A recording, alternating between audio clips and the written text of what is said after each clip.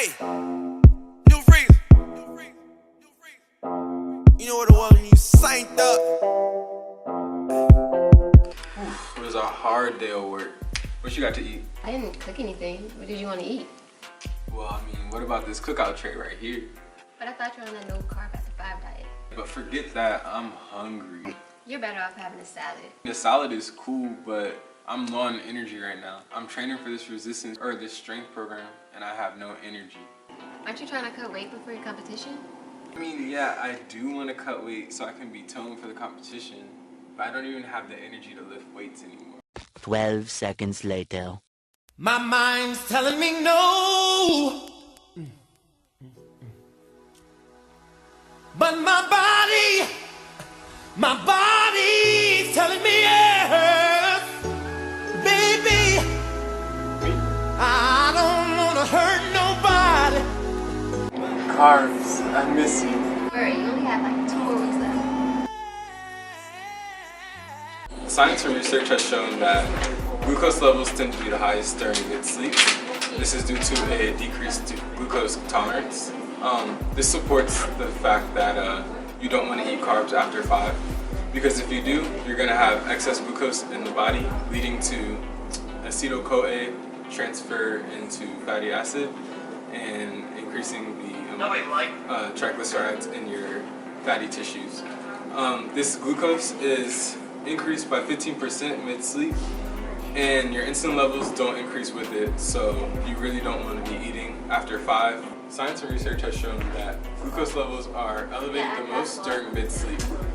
They're elevated 15% more mid-sleep than they are on average. So with this, it's assumed that you don't want to eat any type of carbs later at night because glucose is a major carb and your body won't be able to process it. With this, while you have this glucose increase, you do not have an insulin increase, and therefore you're going to have excess glucose in the body. When this happens, acetyl-CoA starts to have fatty acid synthesis, which leads to triglyceride buildup in the fat tissues. That more research has shown that restricted nighttime eating has led to an increase in weight loss. This can be assumed because if you put less glucose in your body, you won't have that glucose increase by 15% at mid-sleep like that other research has shown. And fat won't accumulate because of that.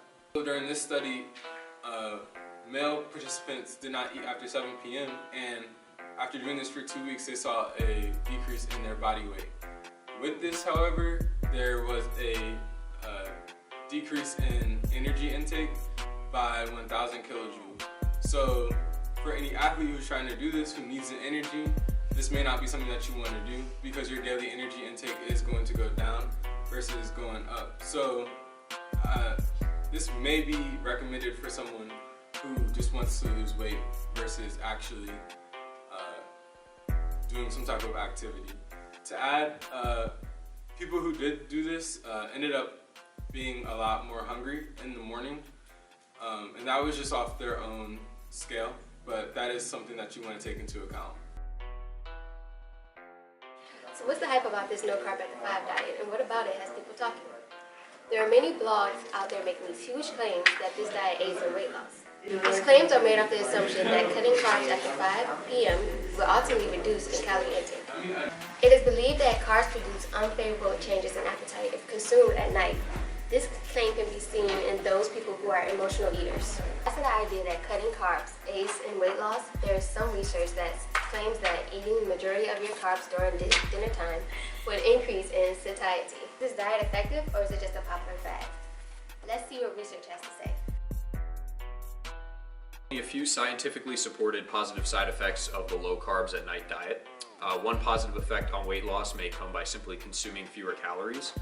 So an individual who consumes fewer calories and maintains a negative energy balance will more readily lose weight.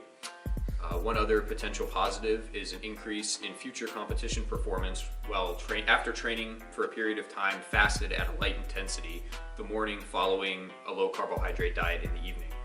Although RPE in this experimental group was higher, subsequent performance in regards to time to exhaustion was improved. And manipulating carbohydrate availability around training sessions is an area that requires more research, as the exact biological mechanisms for improved performance are not fully known. Now, there are some negative effects that may follow carbohydrate restriction in the evening. For one, this type of diet is contraindicated in those who have type 1 diabetes. Research has also shown that consuming more carbs at night has a favorable effect on weight loss due to the alteration in hormonal profiles. The two primary hormones responsible for hunger and satiety are ghrelin and leptin, respectively. One study conducted on 78 obese police officers in Israel concluded that consuming more carbohydrates during the evening altered the normal secretion of these hormones throughout the day, decreasing hunger and increasing satiety. These changes are associated with a greater adherence to dietary regimens and positive effects on weight loss, inflammation, insulin sensitivity, and body mass index. Other studies have determined that high-carb meals at night actually increase satiety, contrary to what the No Carbs After 5 diet states. So this research may show that restricting carbohydrates at night can actually have a negative effect on weight loss. So with the Carbs After 5 diet, the meals you can have are pretty much anything besides carbohydrates. You can have your proteins, you can have your fats, all that stuff. So some of the typical meals that I've seen research show is typically your meats, your bacon, your ground beef, your lean ground turkey, your chicken, your fish, your eggs, all those things, great protein sources to have in your meals. As for your fats, again, your eggs, your cheeses, your beans, all that stuff, moderate beans though, because of how high in carbs the beans are. But you can have your cheeses and other various sorts as your fats. So some typical meals that I've seen being done are a typical salad. You can have your vegetables. Even though vegetables are mild in carb, they will not affect you that much. So you can have your salmon and broccoli, your chicken and asparagus, your shrimp and cabbage or turnip greens, whatever that stuff is. As long as you're not cooking with any carbohydrate additives in there, you're just okay, you're perfectly fine. Now with fruits, many people think that just because you're on a low carb diet that you don't have to worry about fruit. Fruit. Some fruits can have very high carbohydrate rate, especially the ones that are really sweet. So your grapes, your strawberries, even your raspberries, almost any kind of berry will really be very high in carbohydrates and sugar. So you have to be careful and monitor your portion control when you're having those kinds of fruits in your diet when you're doing no carbs after 5. Now, some of the recipes that I saw, one that was very cool is pizza. Americans love pizza. That's one of their favorite meals to have, pizza. And so instead of using a dough crust, instead substitute cauliflower. So get your cauliflower, get a blender, pour it in a blender, and chop it up very nice and smoothly and roll it out almost like dough, to be honest, and use that as your crust. It is virtually 0 carb, and you can add your sauce, you can add your cheese on top, you can add whatever protein and meat source you want, and you have a great tasting pizza for virtually no carbs. So the recipes that you try, salads, you can try low carb pizzas, you can try low carb Philly cheesesteaks, any of those kind of things, minus the bun obviously. Any of those things would be great meals to have with no carbs after 5. 6 months, not only do you experience weight loss, but you also experience hormonal changes. So when hunger is suppressed, your insulin levels decrease while glycogen levels increase, LDL increases, HDL increases, and all those things to help you make you feel better. And while you're utilizing all those fats and carbohydrates that you had earlier in the day, you'll begin to have hormonal changes that balance your overall body. So in regards to anaerobic exercise, a recent study that was trying to find out whether low carbohydrate diet had an effect on the capacity of an all-out anaerobic exercise or the metabolic and hormonal responses to the type of exercise will have an effect. The study used 8 healthy men who volunteered and was approved by the ethical committee of the Medical Research Center. As a result, it showed that a low carbohydrate diet increased the plasma concentration. However, a low carbohydrate diet post-exercise within an hour of recovery also decreased the plasma concentration. But overall, the study showed that a low carbohydrate diet was detrimental to an anaerobic work capacity. And this was also due to the reduction of the muscle glycogen and the glycolysis. However, the study showed that a low carbohydrate intake over a period of 3 days enhanced the activity of the sympathoadrenal system at rest and after exercise. In regards to aerobic intensity, a recent study that was aiming to see whether carbohydrate availability had an effect on the alteration of rate of perceived exertion during a high intensity exercise, or whether it was associated with physiological changes.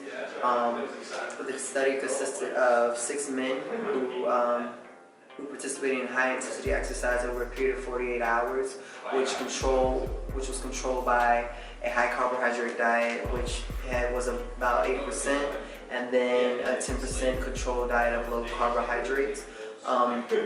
The study as a whole showed that with a low carbohydrate diet, it decreased VO2 response, but it also increased the rate of perceived exertion. To sum everything up, is no carbs after 5 a fad, or does it actually really work? So the research behind it doesn't show that it has any benefits whatsoever.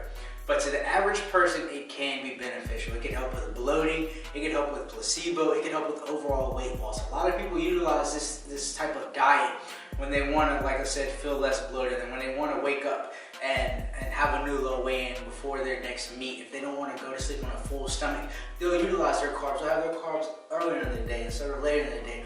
Regardless of either or, it's all about calories in versus calories out in order to lose weight. So if you have tried this diet out and it has worked out for you, great.